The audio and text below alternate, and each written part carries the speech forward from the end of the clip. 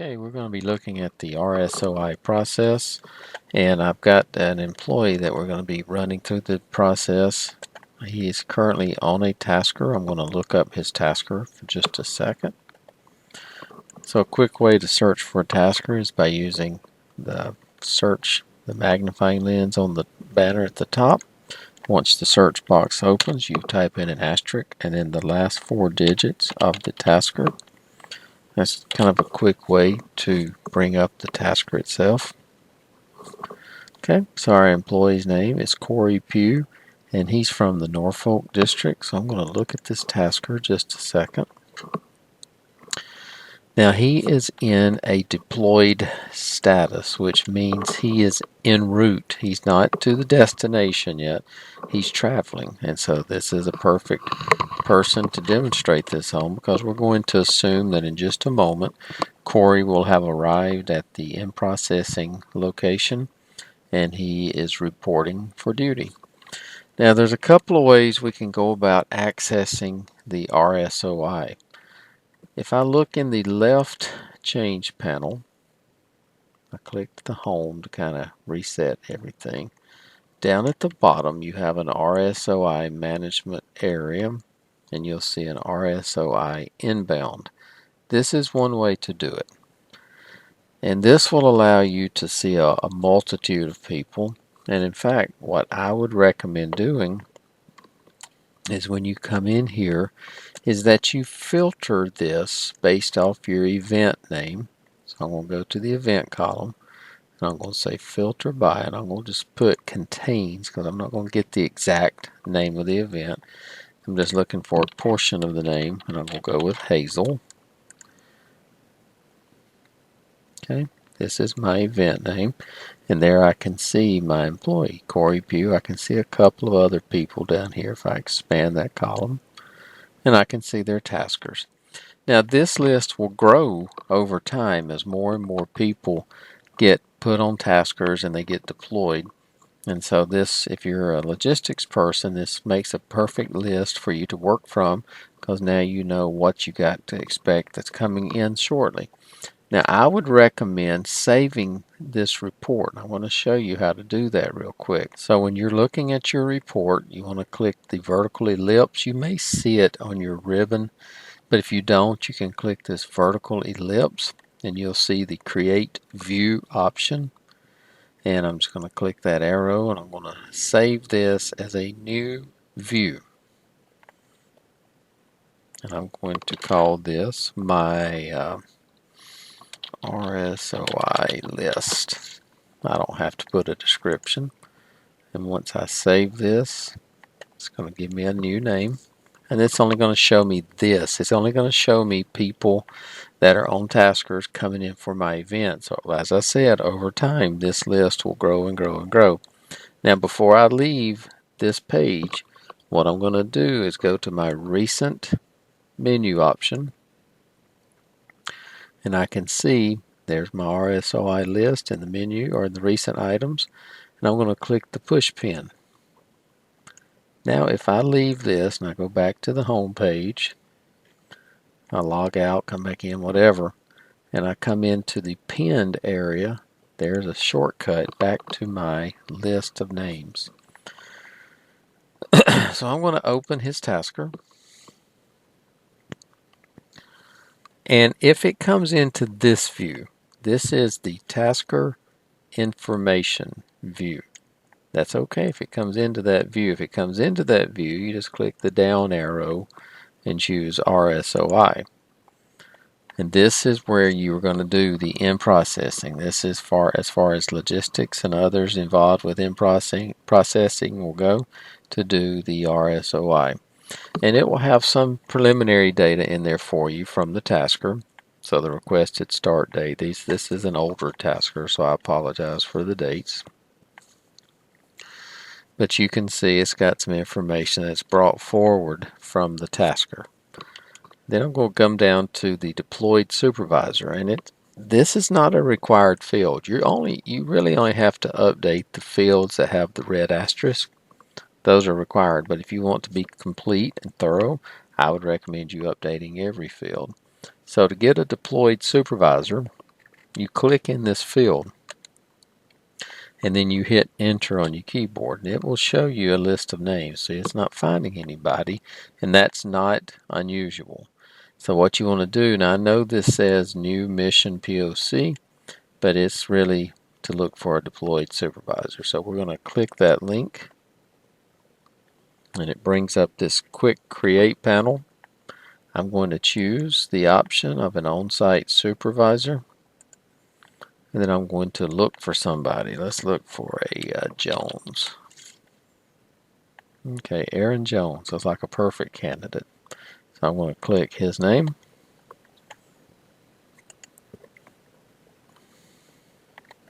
And it pops his name in. Now the nice thing about this is, as I'm doing this over and over and over for people coming in, it could be expected that many of them will have the same supervisor, or if they don't, even as you choose additional supervisors, these names will already be in your list when you come and search. So let's do the same thing for the timekeeper. I want to click the new mission POC, and I'm going to look for an on-site timekeeper. Let's see if there's a Williams. Oops. Alan Williams. Looks like a good person. So now I have those two areas filled in. Then you get to this section here. It's got immediate supervisor information. Notice how all these fields are locked. That means you can't update it. And it's going to be pulling that data from the employee's contact. So don't worry with that. Same information down here. This deals with stuff that they update on their personal data sheet. And if they have their medical and their CAC and stuff put in, that will pull forward. Now the address we've talked about for a time around here. Don't really know what the purpose of putting an address in, but if you do need to put an address, you simply click the new address button. Let's go ahead and save and continue.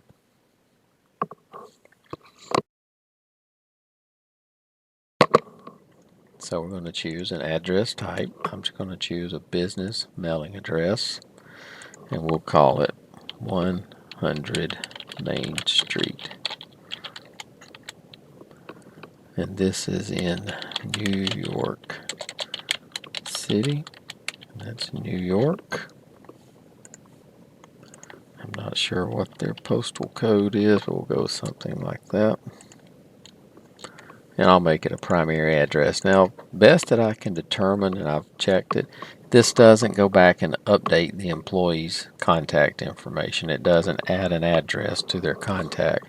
So this is really only present on the RSOI information.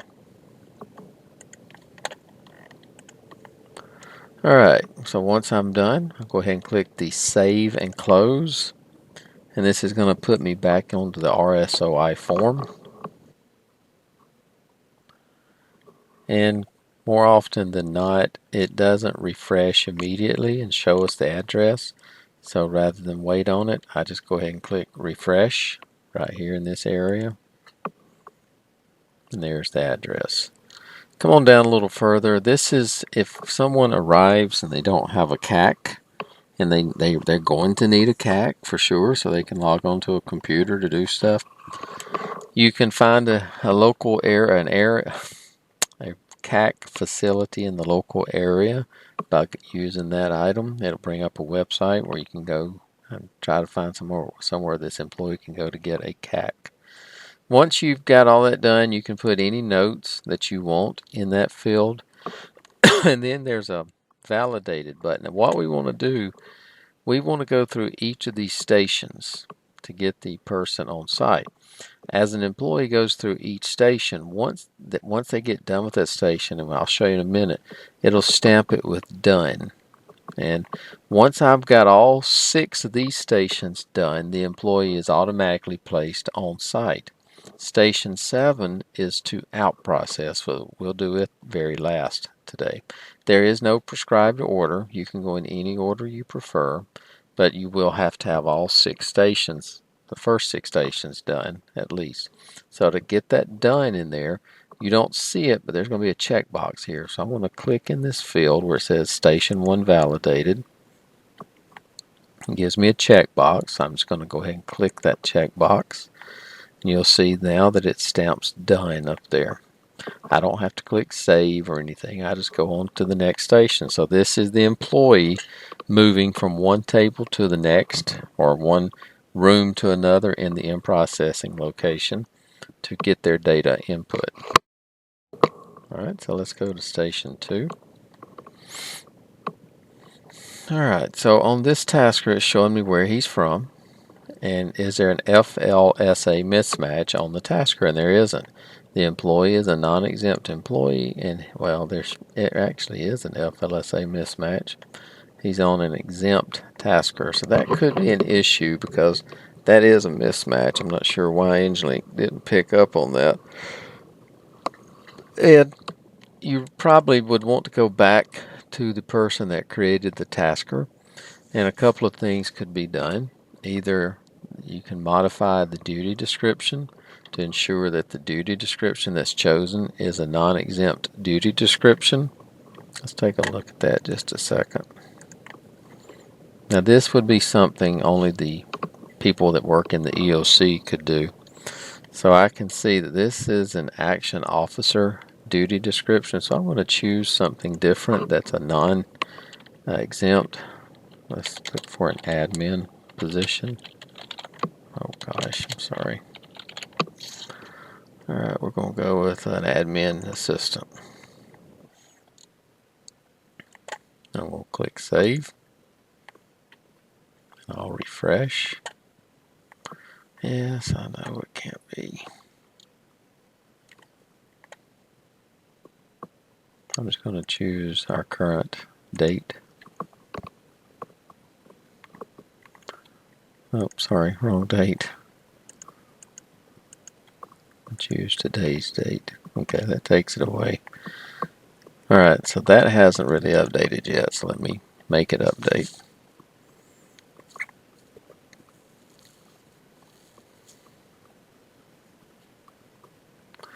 You really don't want to go forward with a mismatch because it will cause problems later on down the line. They can usually only be deployed for 29 days and they have to have a clean break and have to go home. So we want to try to eliminate that before it becomes an issue. So now that's correct. And now if I didn't have the ability or didn't want to change the duty description, what I could have done is contacted Norfolk and say, hey Norfolk, this is for an exempt duty description. Can you nominate an exempt employee? So I could have taken that path as well. We could have gotten another employee on the tasker instead. But we have rectified the situation. So let's go back to our RSOI view. And we'll go back into station 2. Okay, so now it's not a mismatch. Non-exempt employee, non-exempt duty description. And here we see the same thing we saw in station 1, the locked fields. Again, that comes from the employee's personal data sheet. And then you get into some forms and some things that you need to make sure you give to the employee. A tour of duty memo, and when you choose these options, you have 3 options. If you choose not complete, it's going to prevent you from ever getting to this done status. Complete will allow you to do that. That means you've given them the memo. NA could be that, right now we don't have any of those memos around, so we're going to stamp it as NA. NA will allow EngineLink to mark it as a done. If you had all of these as NAs, it would still mark it as done. But I'm going to go ahead and go with complete on each of these. I'm not going to read it to you. I think you guys can read fine. Oops. Travel vouchers. And if you want to add some notes, you can. And then we get to station 2, validated. Everything looks good. We'll go ahead and check that. You'll see it's going to mark it as done. Check it. There it goes. It marks it as done. So we can continue on to station 3. Station 3 is our hotel and our car rental information.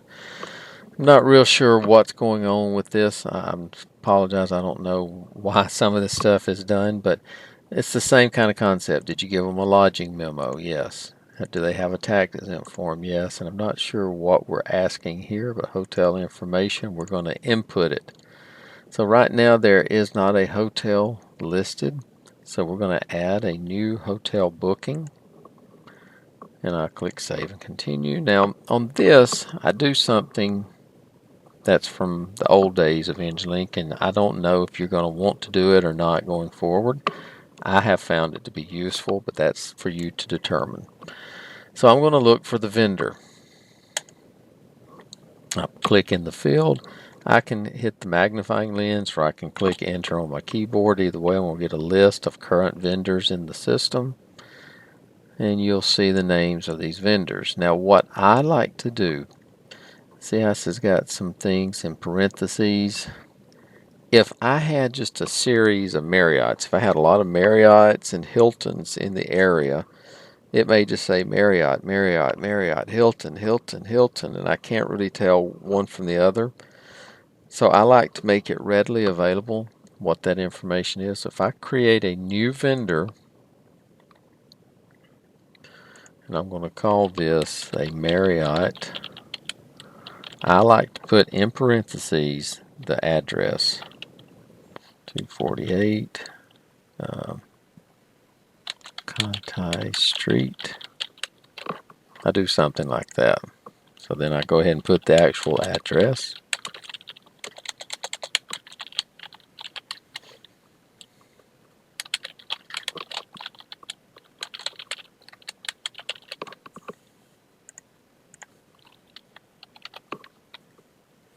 Choose the vendor type, add the app email,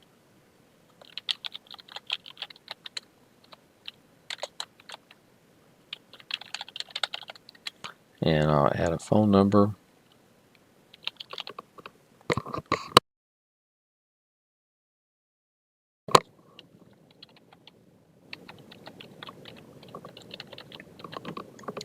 Okay. Then once I'm finished adding that information, I go ahead and click Save and Close.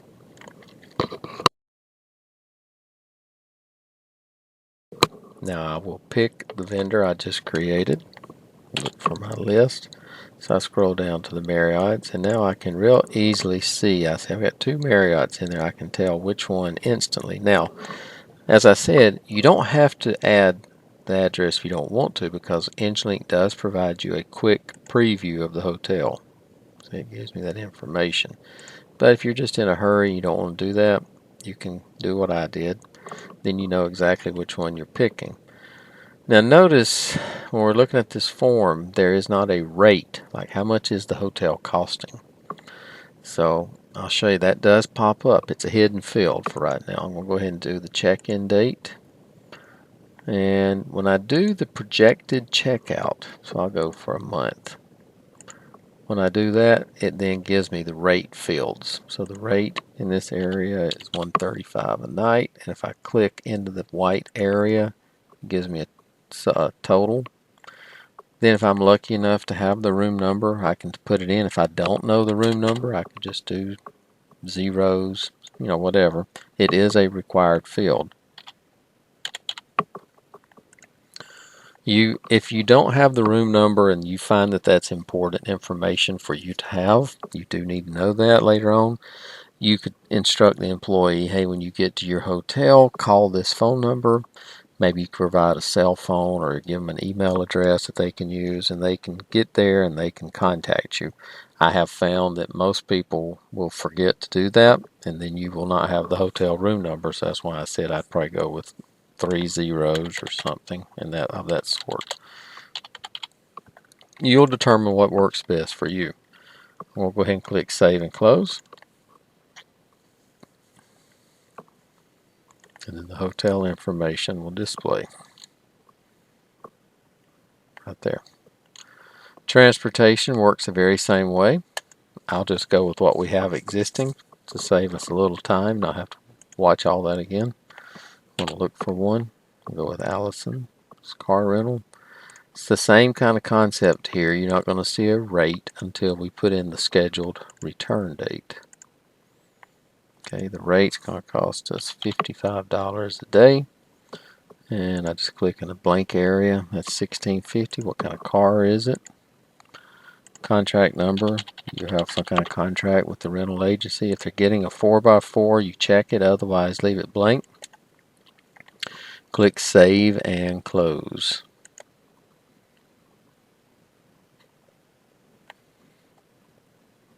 So there you've got your hotel and your car rental. Add any notes you feel like you need.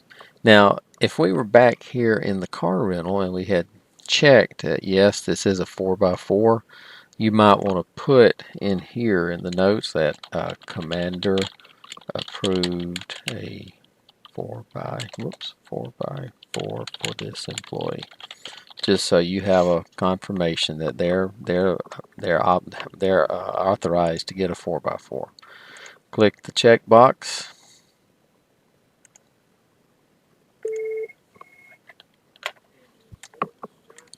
All right, moving on, get to station 4. It gets pretty easy at this point. This is just some information that you have to choose. So, do they have a hard hat? So the answers here are no, yes, or issued. If no, they're going to need one because you're not going to be able to proceed with a no. So you'll either issue them one, meaning you'll give them one from your own inventory, or yes, they have shown up with their hard hat in hand. Safety vest, same way. Safety glasses, any of this PPE you issued, or you may have issued all of it.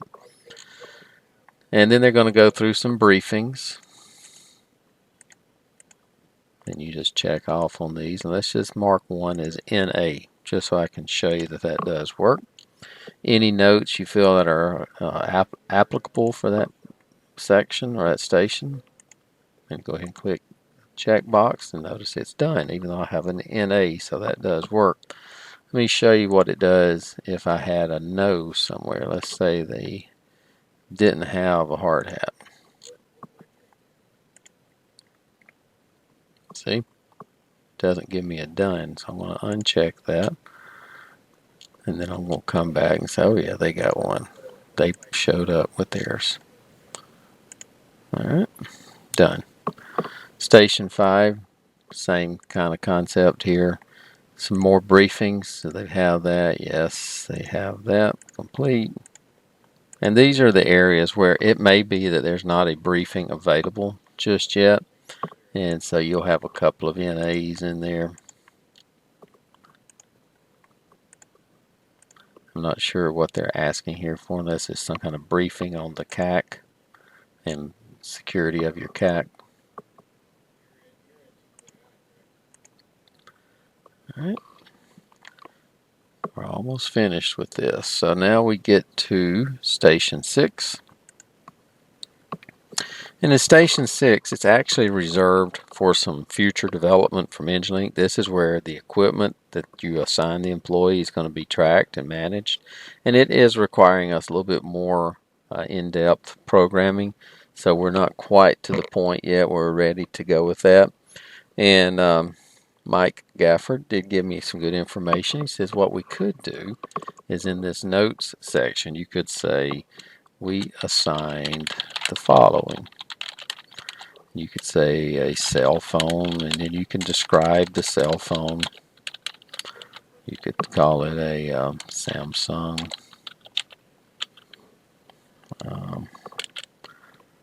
I can't remember all the types of Samsung, but then you can also put the phone number that they have in there for the Samsung. Oh gosh, sorry. And if it's a laptop, you could do the same thing, and if it's a GPS unit, same thing. So you kind of can rudimentary like capture their equipment. And then we check the checkbox. So at this point, the employee has completed their in-processing. They're done, they're finished, and if we return to the tasker, if we go back to the tasker information view, you'll see that the status of the tasker now is on site. So that's what we were going for. So that employee is being accounted for. And once you do put somebody on site, if we go back to our RSOI list, you'll see their name has fallen off the list. So now you just keep working until you get everybody accounted for. That's an easy way to manage that. All right, so the employee has been there for his 30 days or however long he was deployed for, and he's ready to transition home. Now, I'll be honest, when we started doing Taskers a few 2 or 3 months ago, we went live with EngineLink. We didn't have the RSOI in place, so we had to have a way for employees to be sent home. So what you may have to work with will be your Tasker people that are doing Taskers, and that generally you guys will probably be in the same area as those people, and just kind of instruct them, hey, be sure that you don't just click send home when these people are ready to go home. There's an out process aspect to this.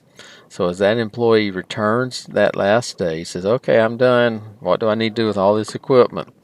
Well, what you want to do is open their Tasker, change your view to RSOI,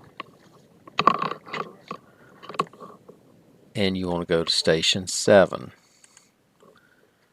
And so basically it's like, okay, we need you to turn in your AAR, your after action report. We need you to do a final timesheet, and we need you to turn in your hand receipts for your assigned equipment. If you weren't sure what they had, you could always go back to Station 6 and see what they had. So good idea, Mike. All right, so back to Station 7. We got all of those 3 completed, and then we go and validate this information.